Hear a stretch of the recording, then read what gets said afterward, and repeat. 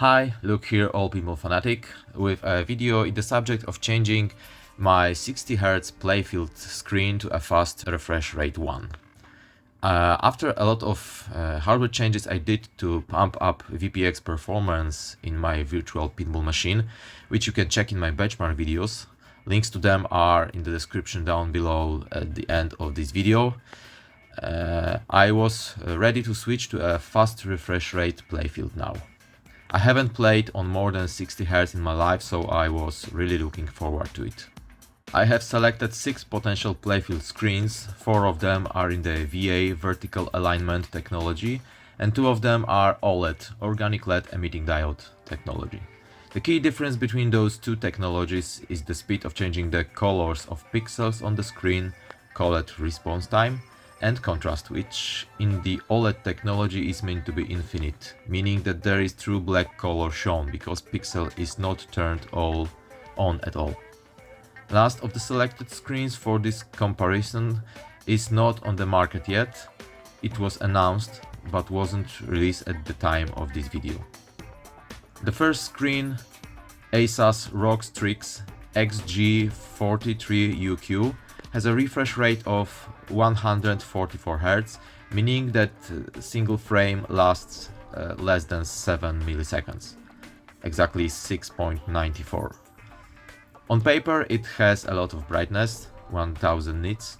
The response time of the pixels is advertised to be 1 millisecond, but in the internet reviews it was measured to be around 7 milliseconds and the input lag was measured to be around 24. This screen also has synchronization technology, FreeSync Premium Pro, 2 kinds of display inputs that are important: DisplayPort version 1.4 with display stream compression, which reduces the bandwidth of the signal using lossless compression, and HDMI 2.1. The main drawback for this screen is the price, floating around $1,500. Next screen is Asus ROG Strix XG438QR, a cheaper, older version of the first one. It has 120 Hz refresh rate, so the single frame lasts 8.33 milliseconds. It has lower brightness and longer response time, 4 milliseconds advertised and 10 milliseconds measured by various reviewers. But in internet tests it has lower input lag. It also has the same synchronization technology.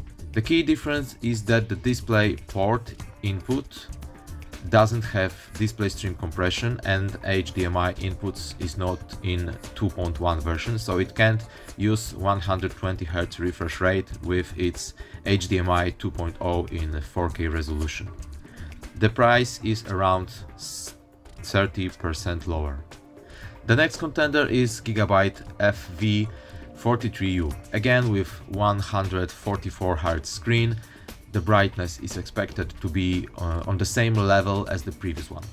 Advertised with 1 millisecond of pixel response time, while having 10 milliseconds more in internet tests, low measured input lag of 4.5 milliseconds. This screen also has 2 kinds of display inputs: DisplayPort version 1.4 with DSC and HDMI 2.1, so it should be fine with 4K 144 Hz via DisplayPort and 120 Hz via HDMI. The price for this screen is around $1,000. Personally, I don't think I can use this screen because it has a big bezel below the screen which holds the speakers, and I won't be deseizing the bezel to avoid losing the warranty. This is new screen on the monitor market, Iyama G Master, featuring 144 Hz refresh rate, 550 nits of brightness, DisplayPort 1.4 without DSC unfortunately, and HDMI 2.0. It is advertised to have 0.4 milliseconds pixel response time, but I could not find any reviews showing real-life values on the internet. The same for the input lag. The price was promising at around $745. Now first TV contender with OLED screen, LG C2 with HDMI 2.1 inputs. No DisplayPort, so the lowest graphic card needed for using it is RTX 3000 series. It is 120 Hz panel, all OLEDs are, with 2.3 millisecond response time measured in the internal tests and 5.6 milliseconds input lag. It also has NVIDIA G-Sync and AMD FreeSync on board. The price for it is in range of $1,150 to $1,500. Last one is the Asus ROG Swift PG42UQ OLED monitor, which is to be released this year. It is not available yet at the moment of this video, and it is advertised to be similar to previous LG C2 TV, but with the higher brightness and the same refresh rate and response time specs. Maybe it will use the same panel as LG C2. I don't know what will be the input lag on it or if it's gonna have the DisplayPort input. So in order to select one of them, I needed to do some testing. Wanted to order the Iyama G-Master G4380UHSU as a starting point, as it's cheapest, has the 144 Hz refresh rate, and some people say that use it say it is good. But then suddenly a really good promotion came up, an Asus XG43UQ with a 45% discount, $880, so I have ordered it. Some say that they like it, that there is no motion blur or smearing, but unfortunately there was a blur after moving object. As an IPS panel user, I couldn't stand it. In the well-known UFO test, it looked like crap to me, especially on the pinball tables like Starship Troopers that are darker. That VA panel also is advertised to have deep black colors, but to me it wasn't looking like that at all. The response of the 144 Hz panel was very good, but the animation of movement looked like there was 3 or 4 frames at the same time on the screen because the pixels weren't changing quick enough. At this moment I knew that I will return this one and I need to test other screen, but which one? I realized that all other selected screens are also using the VA panels, so they can have that blurring too. So I needed to order something different to see if it can be better or is it normal in 120 or 144 Hz. So I went crazy and ordered the LG C2 OLED TV. Got this for 1,100 USD and in 20 no additional cost rates, so a pretty good deal.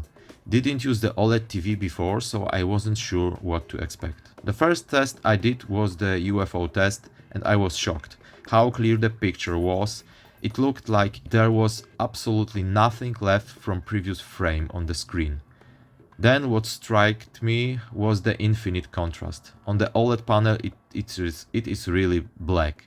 I know that the screen can have burn-in effect with time, but the internet tests shown that normal use of couple of hours a day for 3 years shows no burn-in on the LG C1 screens, so with my average playing time of 2 hours a day I'm pretty safe for some time.